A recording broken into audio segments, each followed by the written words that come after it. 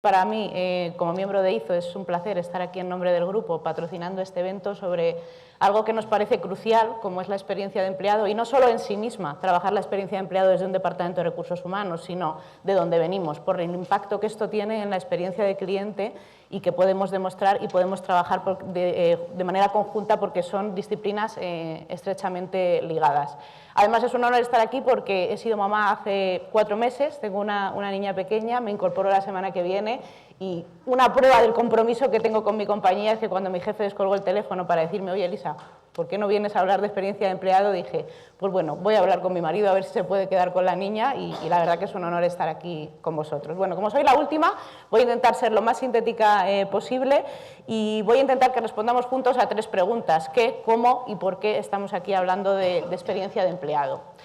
En primer lugar, en el qué, deberíamos saber qué es y qué no es experiencia de empleado, ¿no? Porque todos hablamos de experiencia, es un término que está muy de moda, primero hablamos de cliente, ahora de empleado, pero lo difícil es, vale, ¿de qué estamos hablando aquí? Y cada uno puede tener en la cabeza una idea distinta de qué es esto la experiencia de empleado, ¿no?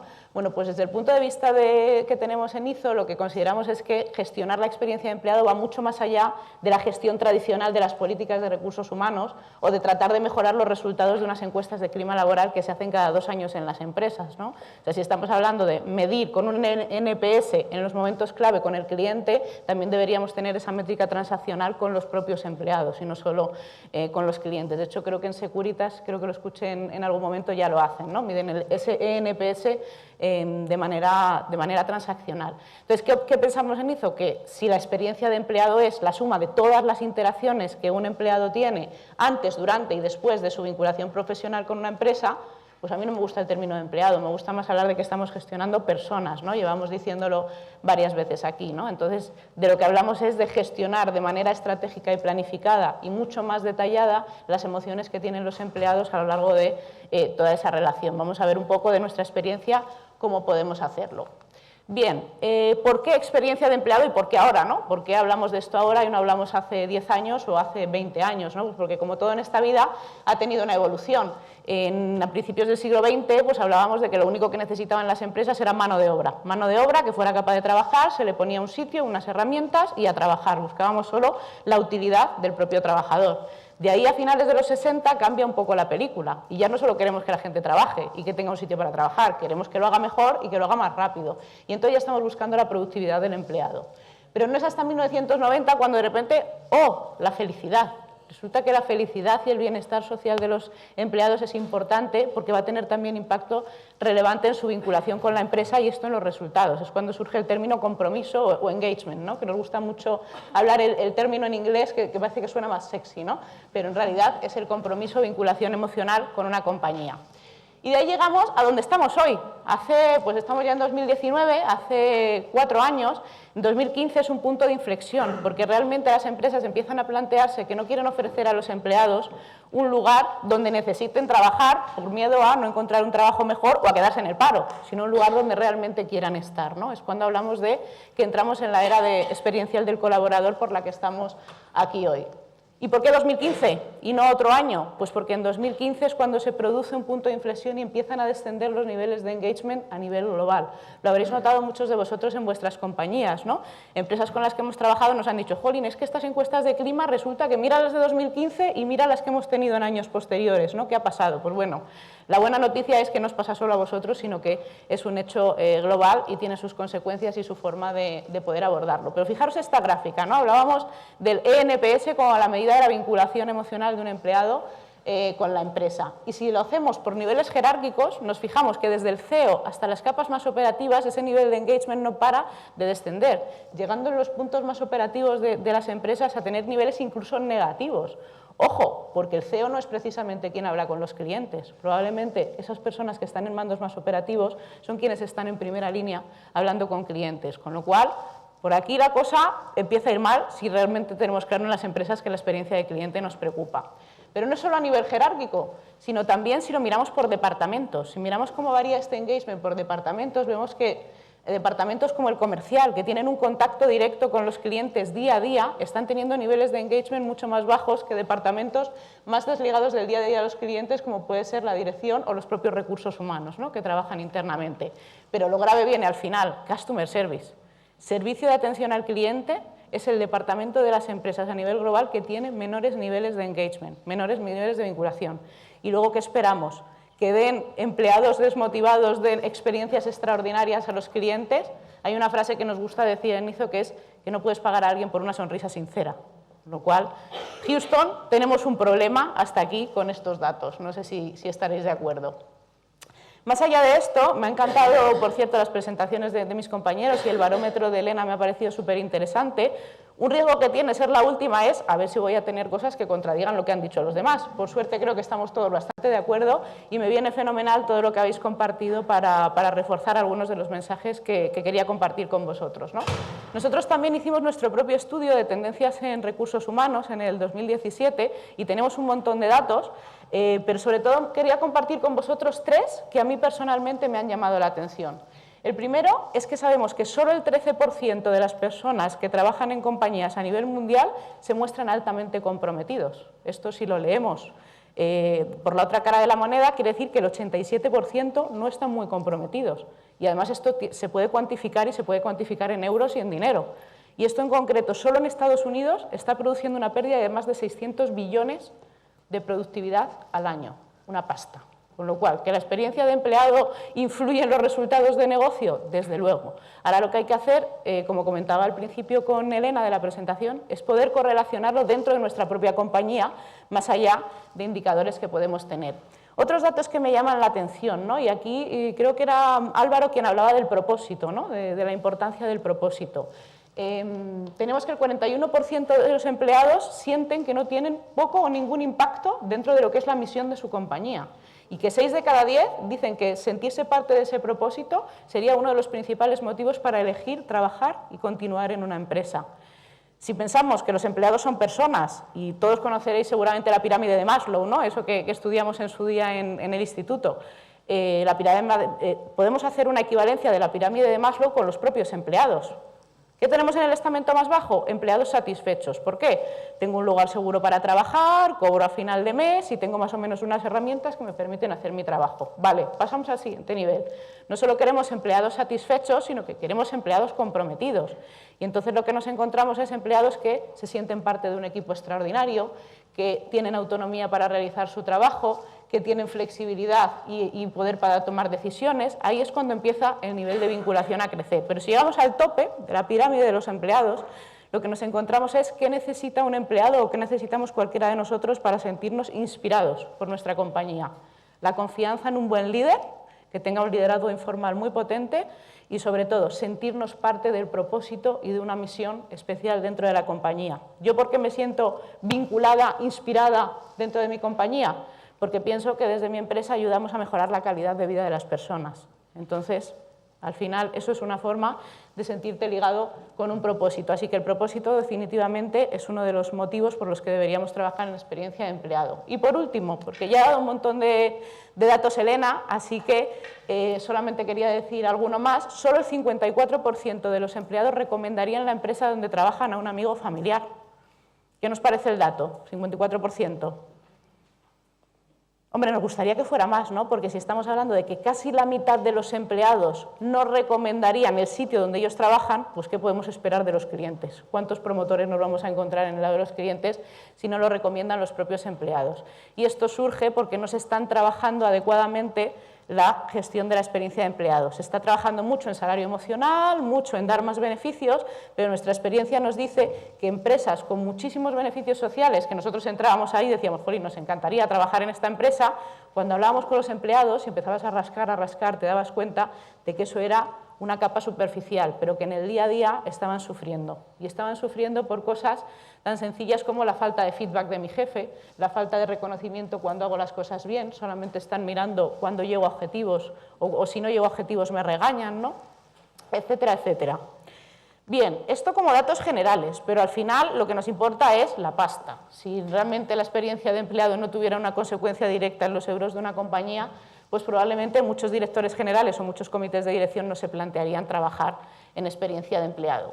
Indicadores que han dicho mis compañeros, ¿no? Y es que el nivel de engagement genera menor rotación, con lo cual todo el dinero que invertimos en esos trabajadores va a tener sus frutos porque se van a quedar durante más tiempo, más ventas, más satisfacción de clientes, más productivos, más creativos e innovadores. Ojo, los empleados con mayor engagement son un 86% más creativos e innovadores y esto es fundamental, tenerlo en el ADN de las compañías. Pero hay dos datos de aquí, de este estudio de Delivering Happiness, que a mí me llaman especialmente la atención. El primero es de abajo. Resulta que los empleados más motivados, con mayores niveles de engagement, tienen un 41% menos de accidentes laborales. ¿Qué os parece? ¿Tiene su lógica? Yo no sé si recordáis la escena de Tiempos Modernos de la película de Charles Chaplin, en la cual estaban rutinizados dentro de esa revolución industrial, iba apretando tuercas y llegaba un momento en que estaba tan rutinizado que apretaba las tuercas del vestido de la que pasaba por delante, ¿no?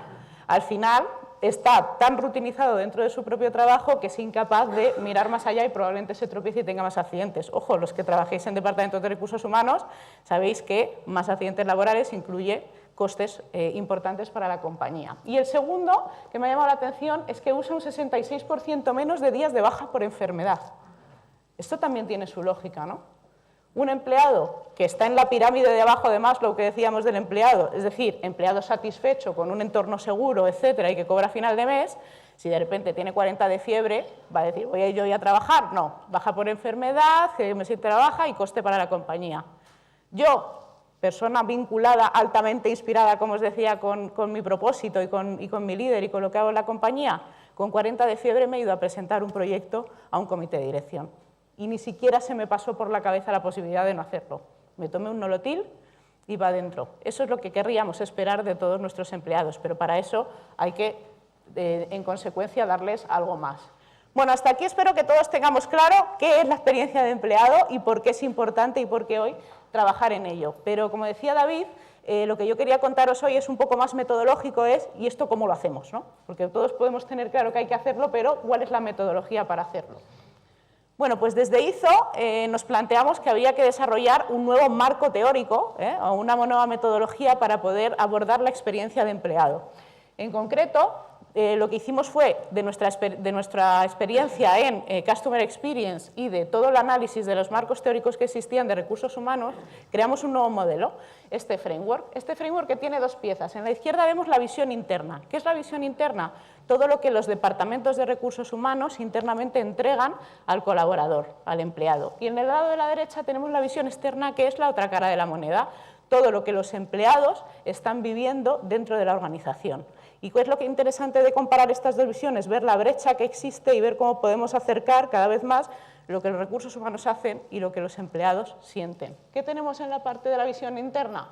Governance, las tradicionales funciones de recursos humanos o las políticas de recursos humanos, ¿no? Retribución, conciliación, desempeño, atracción, todas estas piezas. Y luego trabajamos también el contexto.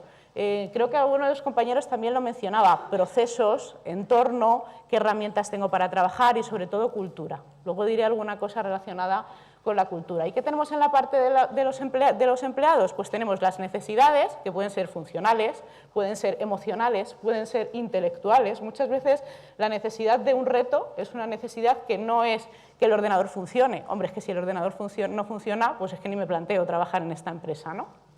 Y todo esto nos va a permitir identificar cuáles son las palancas que permiten conectar todas las piezas para que el puzzle encaje y podamos diseñar, si no la experiencia de empleado ideal, al menos una experiencia de empleado que tenga retorno en su propio estado emocional y con ello en los clientes y en la compañía.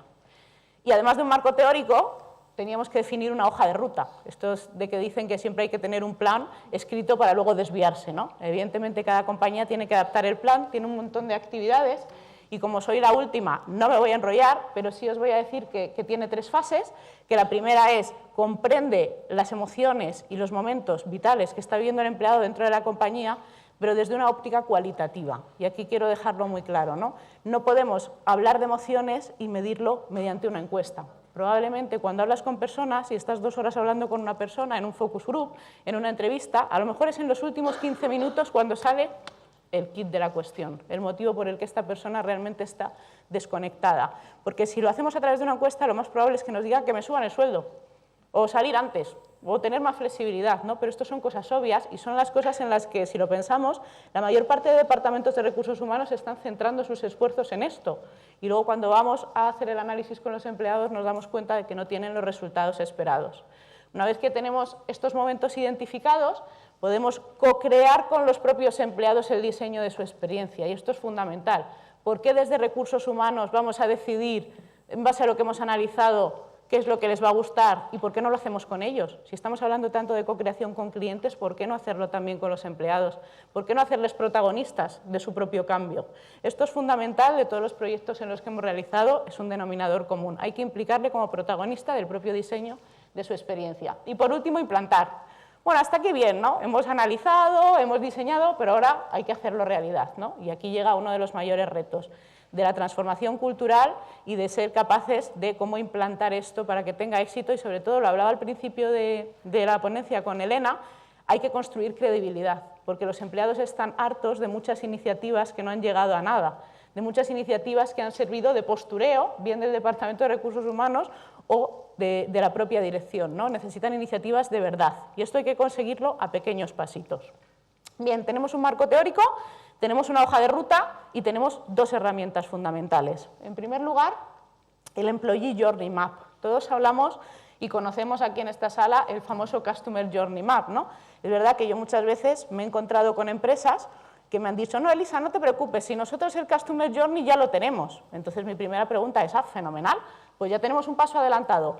Contadme cómo lo habéis construido, con cuántos clientes habéis hablado, y me dicen, no, clientes ninguno, lo hemos hecho los de marketing.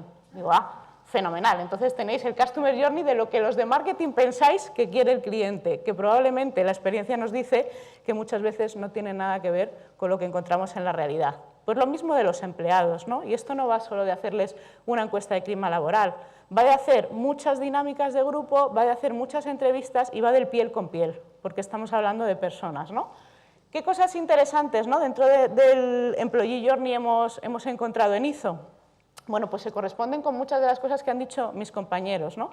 De las grandes cosas que encontramos es que uno de los principales problemas de las empresas es la comunicación interna, ¿no? Muchas veces, decía al principio Elena, que estamos hablando de percepciones. Esto no va de comunicar un hecho, sino de cómo se percibe. Si me lo comunican a través de un newsletter, si me lo comunica un manager o me lo comunica otro manager, o de si me lo comunican. Me ha encantado, Álvaro, por cierto, la iniciativa de los food trucks, de la comunicación de recursos humanos, porque este tipo de acciones piel con piel son las que realmente son aceptadas por los empleados, sea bueno o malo el resultado, lo importante es que se sientan parte y que lo vivan en cercanía, en el piel con piel. Otras cosas interesantes, fijaros, en todos los proyectos, yo diría de Employee Experience que hemos abordado, vemos, y además esto también lo decía alguno de mis compañeros, que los empleados llegan a las empresas con tres emociones principales: orgullo, gratitud y felicidad. Esa es la ilusión con la que uno llega a una empresa. Y fijaros que luego los departamentos de recursos humanos invierten un montón de dinero en tratar de mantener esas tres emociones y, sin embargo, después de la contratación se diluyen. Muchas veces incluso el proceso de onboarding, esos primeros días en una empresa, no se están mimando adecuadamente, por lo cual empieza a diluir progresivamente hasta que el empleado en un momento se va. Porque, señores, esto no es como antiguamente, como decía mi madre, es que tienes un trabajo fijo, hija, no te cambies de trabajo, ¿no? Yo me acuerdo, yo estuve 5 años trabajando en L'Oréal y a mi madre le pareció una absoluta locura que yo de repente dijera, oye, mamá, pues es que este trabajo no me llena, es que yo creo que aquí estamos con las cosas de siempre y la publicidad y las promociones, pero realmente no estamos llegando a lo que son las emociones de las personas que hay detrás, de los productos, ¿no? Me lié la manta a la cabeza, hice una tesis doctoral, excedencia, sin sueldo, mi madre decía que estaba loca y al final, pues después de todo eso decidí venir a ISO a intentar hacer lo que para mí era un propósito importante.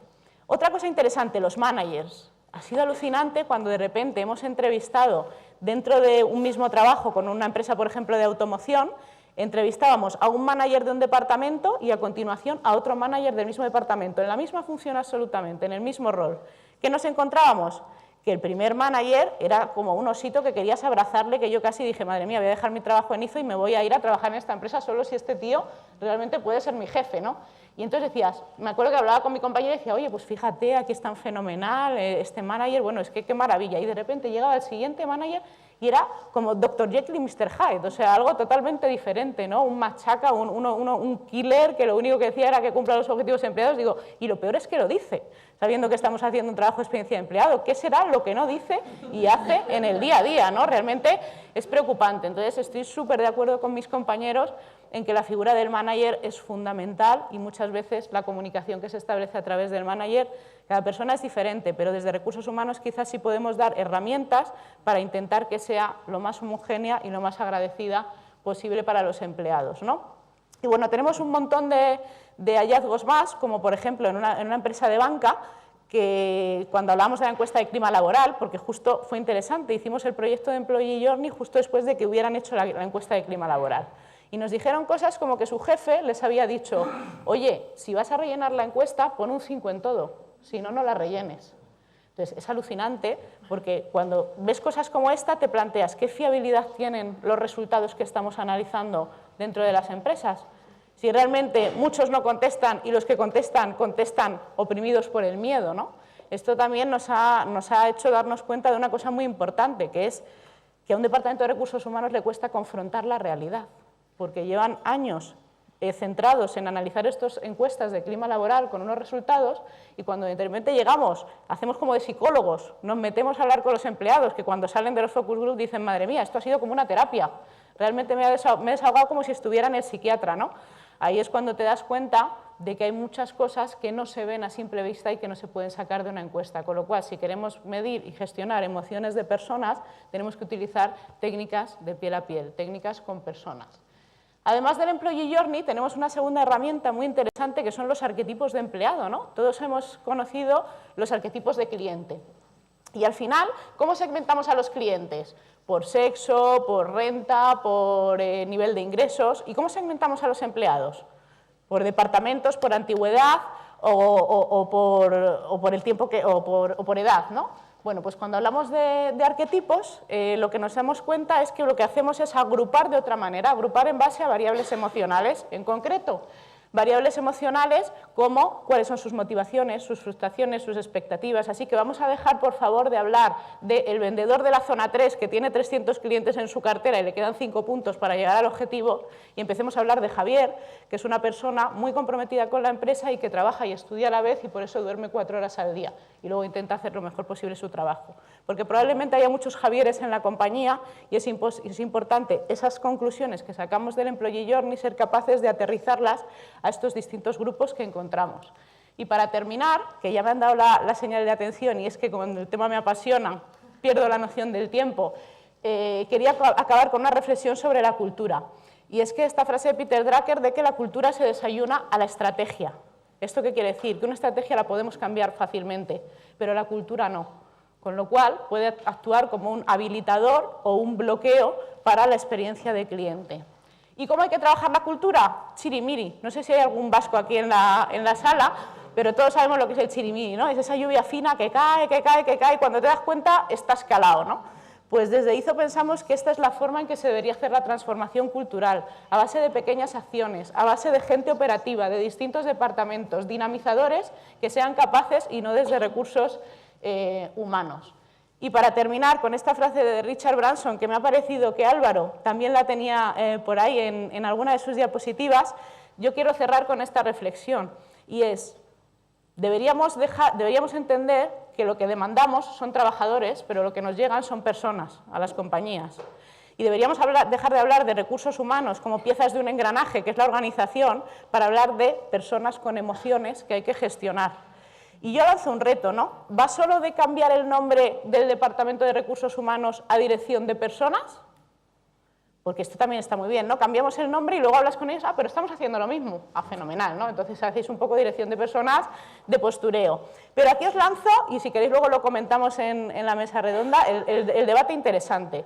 Si los clientes son personas y los empleados son personas, si las metodologías que utilizamos para analizar a los clientes son similares a las metodologías que utilizamos para los empleados, ¿Sería posible crear una reestructuración organizacional para crear un departamento de People Experience o experiencias de personas que gestionara de manera conjunta la experiencia de cliente y de empleado de una manera sinérgica? Yo creo que ahí está probablemente el reto y ojalá dentro de unos años lo podamos ver en las organizaciones. Muchas gracias.